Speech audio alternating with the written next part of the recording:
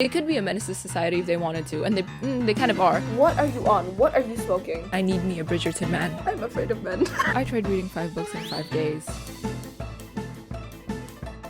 Now, I have the attention span of a hamster. I'll read it, I'm like, oh, it's cute, and then I'll just like move on and ignore it. Trying to finish 5 books in 5 days was a challenge. A challenge that I will never want to take up again, ever in my entire existence. My grasp on reality was already flimsy to begin with, so the fact that I voluntarily just went from fictional world to fictional world to fictional world for like a week, was that good for me? In the long run, probably not, but in the moment, it was cute because I got to avoid all my problems. Okay, first book I'm reading is a cheat sheet because this has been in my TBR since the beginning of book talk. I read half a chapter online and then I was like, yeah, I should buy the book. I haven't touched it since. It has just been sitting, collecting dust on my bookshelf. So I think it's finally time for me to start it.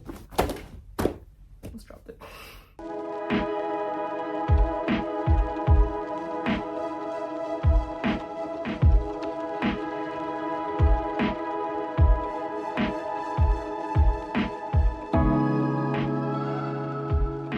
I'm like halfway, not exactly halfway, but like just about. It's very lighthearted, it's very normal. I don't want to say realistic, because when are you gonna be dating like a fucking star quarterback?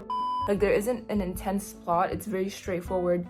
Oh, enemies to enemies to lovers, my ass. Friends to lovers, very clearly in love with each other from like the first page. There isn't this slow burn of like, do they reciprocate? No, like they're intensely in love with each other. It's just they both think that the other person doesn't feel the same way.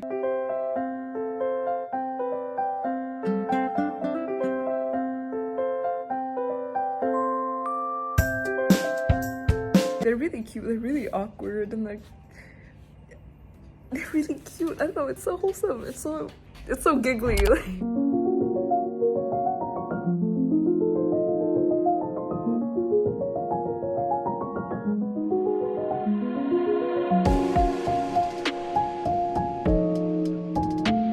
Okay, I'm back. I'm gonna start off with my thoughts on Cheat Sheet. I give it 3 stars. It wasn't bad by all means. Like I really enjoyed it. I liked it. The guy was really cute. He was so romance focused. It was such like a nice, lighthearted, giggly book. No one died. No one broke a foot. No one's aunt dropped dead, and there's suddenly like this huge conflict. It was just, here's romance. Everything you think would happen, it happened. I'm about like 50% through Brothers Hawthorne. I thought the book was going to be filled with flashback scenes and more of the relationship between Grayson and Jameson, like what happened in their childhood and everything that led up to why they seem so distant now.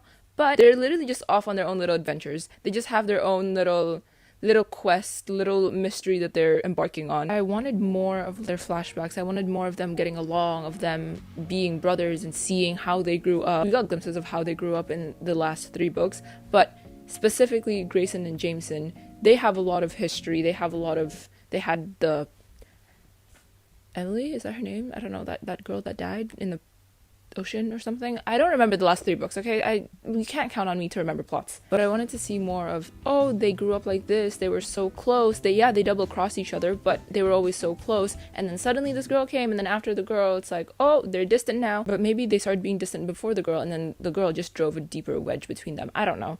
I wanted more. I wanted more childhood. I wanted more explanation. I wanted to see that relationship grow and fall apart. But then again, I'm only 50% in, so maybe we will get more of that. Maybe I'm judging it too harshly too early on. I don't know. We will see.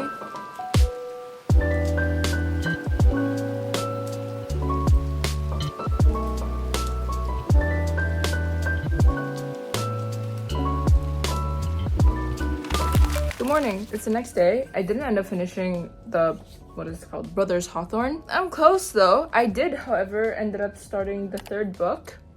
I'm only like 30 pages in. It's not bad. It's 30 pages. What can I get out of 30 pages? I have about 100 pages left to go of Brothers Hawthorne. Made myself a tiny cup of hot chocolate with a little whipped cream in the middle. Look at her. She's so cute. Anyways.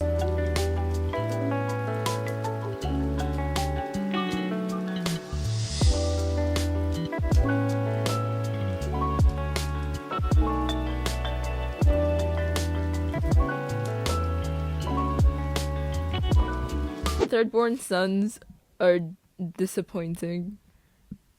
Not a son, but a third-born. I'm gonna take a break and flush my head in the toilet. So their grandfather had told Jameson at the age of that he was ordinary, that he wasn't like his brother. Yes, he was ordinary, but in order to compensate for those weaknesses, he needed to try harder, he needed to want it more, which led him to grow up thinking that he always had to have more, he always had to do more, he always had to be more, which essentially just saying that he never felt enough. Okay, damn, traumatized a kid at 10 years old, why not? And then same thing goes for Grayson. Jameson had actually beat Grayson in this game that they were doing, and then their grandfather told him that, hey, I'm not upset you lost. I am, however, concerned that you seem to be comfortable with losing. And then he went on a full-on monologue to this 12-year-old, mind you. You have to be more, you have to do more, faster, stronger, smarter, more cunning, because you're gonna be the heir. You have the potential, you always had the potential, now you just have to live up to it. Which to me gives room for the possibility of wasted potential. To me, there's nothing scarier than wasted potential. And I feel like that's like the ADHD experience for you. People telling you that, hey, it's not that you can't do it, it's not that you're not intelligent, it's just that you don't try enough. You need to focus more, you need to do more, you need to try harder. And it's like, okay, so I needed a break from being called out and ran away to Before We Were Strangers. This book is a second chance romance. We're following Grace and Matt. They met during their time in NYU and became fast friends, as Grace would call it. We're taking through how they met, how they became, and all the events that led to their eventual separation.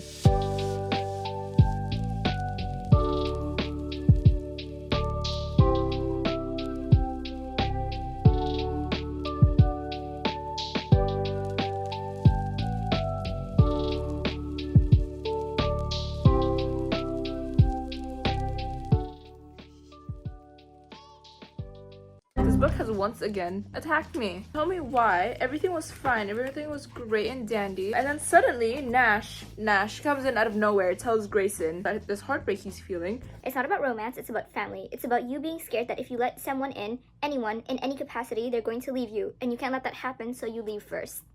I'm sorry? What? What was that? Who? Why? Why? There was no need for that. I could have gone all my life without seeing that on paper. It's a random Tuesday, girl. I need you to calm down. 100 pages in, the characters are fine, the writing is fine. None of the characters piss me off, which honestly is a surprise. For a character in a romance book to not piss me off, that's a fucking accomplishment. Because I swear to God, every romance book, they make at least one of the characters a little quirky and a little irritating. But so far they're both fine. They're fine. The only thing I'm concerned about this book is the conflict. I want it to be a proper situation of, oh, this is what's best for our lives right now. If the time comes that we meet again, we'll meet again. If it doesn't, fucking sucks. Have a nice life, buddy. Why are they making bets on lifelong decisions? As soon as I said this book wasn't stupid, it starts being stupid. What is this? Not only did he ghost you, he intentionally got you drunk to get you to marry him. Manipulator. Gaslighter. Ghoster. Oh my god, I'm losing my mind. If I found out someone puppeteered the greatest downfall of my life, violent.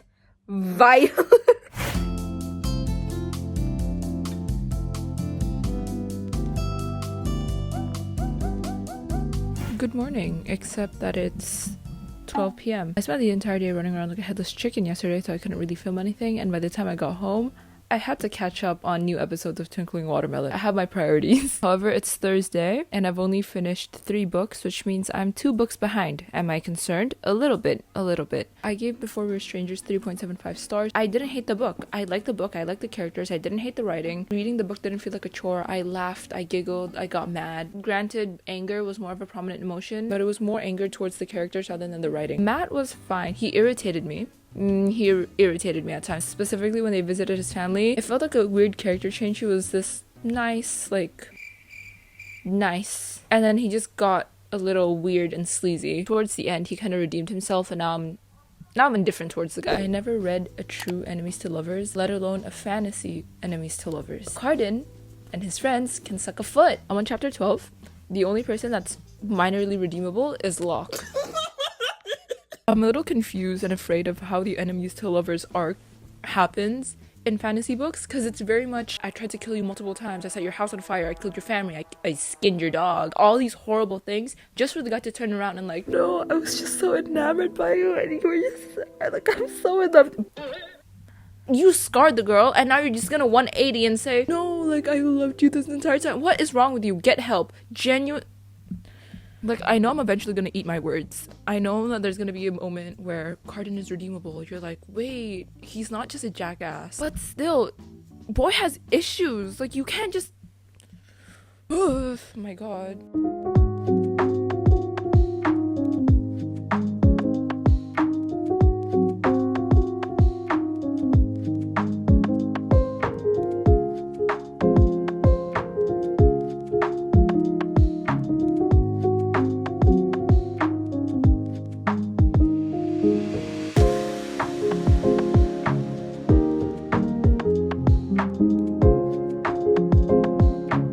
What did I just read? What just happened? This book is getting unhinged, but unhinged in a good way. Chapter 22. Yeah. Game of Thrones red wedding, but make it red coronation.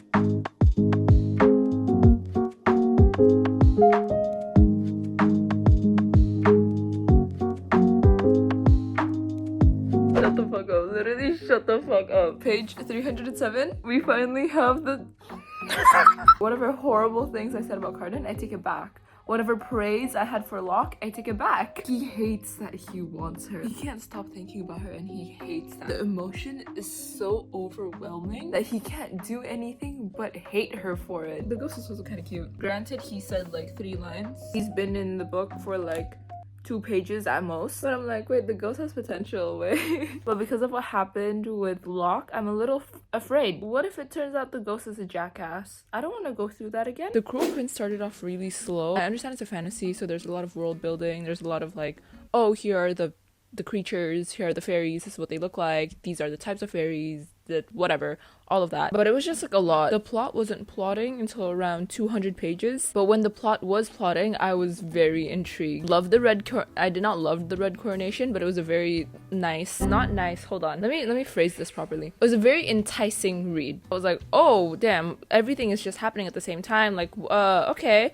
was not prepared for this. I do see myself continuing the series. I want to see what happens to the kingdom. I want to see what happens to Jude. I want to see what happens to all the characters. Plus, after you get over the initial introduction of how things work, what the world looks like, all of that, it's really easy to just get back into it. Next is Queen Charlotte. Bro, Queen Charlotte is...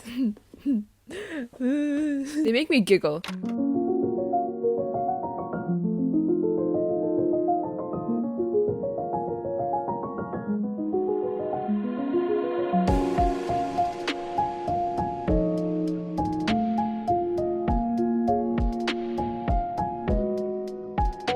It's a he fell first and he kept on falling trope. I feel really bad for him because he's going through all of this because he thinks there's something wrong with him, and the fucking, oh my god, the fucking doctor. He's not a doctor. He's just a little fucking insecure little going on a power trip. I feel so bad for Reynolds because he cares for the king, right? And he just has to sit back and watch the king get degraded and abused by this man that is supposed to have the king's best interest at heart. You're supposed to want to help him. You're supposed to help him. You're supposed to make sure that he's in his right mind at all times. But all he's doing is going on a little power trip, trying to manipulate the king, which essentially trying to manipulate the throne, trying to gain power through the king, because at the end of the day, you're a nobody and you're doing questionable practices at a f***ing cellar. Let me just step away from the sadness of this book and talk about Agatha. Oh my god, I love Agatha. She knows what she wants, she knows how to get it, and she's gonna go get it. She knows her worth, so she can't be manipulated into doing whatever bidding you want her to do. She knows who she is, she knows how to use her power, and she knows how to get what she wants. I love her.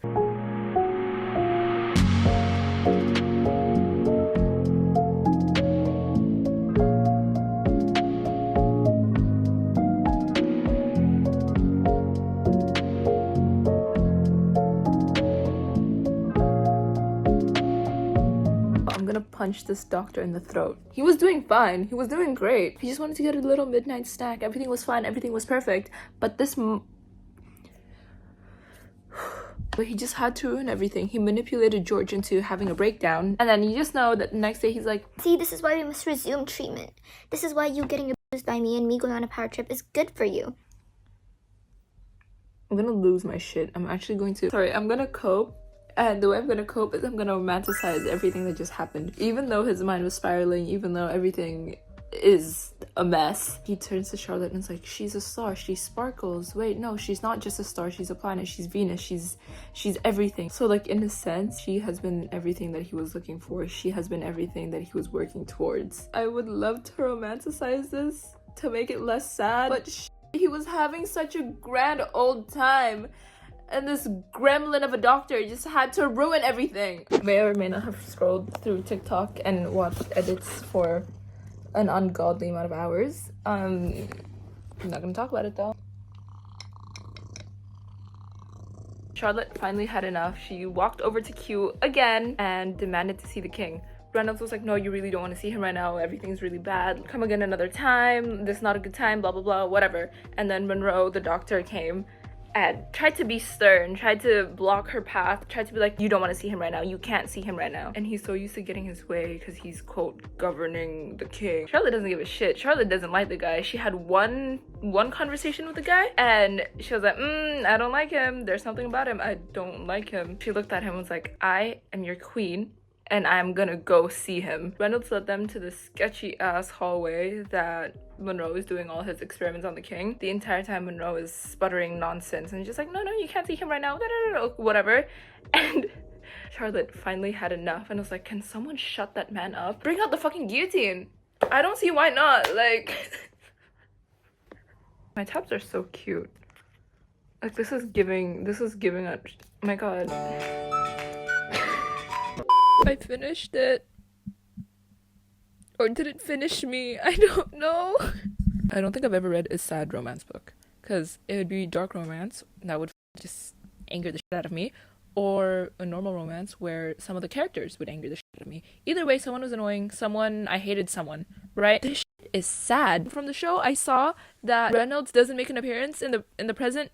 In the present, yeah. Reynolds doesn't make an appearance. So I'm like, what happened to Reynolds? What happened to Brimsley? Because I know Brimsley's still there. The entire Bridgerton show, we see Charlotte. And then who do we see 5 paces behind? Brimsley. I understand the king is no longer the king. So there isn't technically a need for Reynolds to be there. However, I need Reynolds to be there.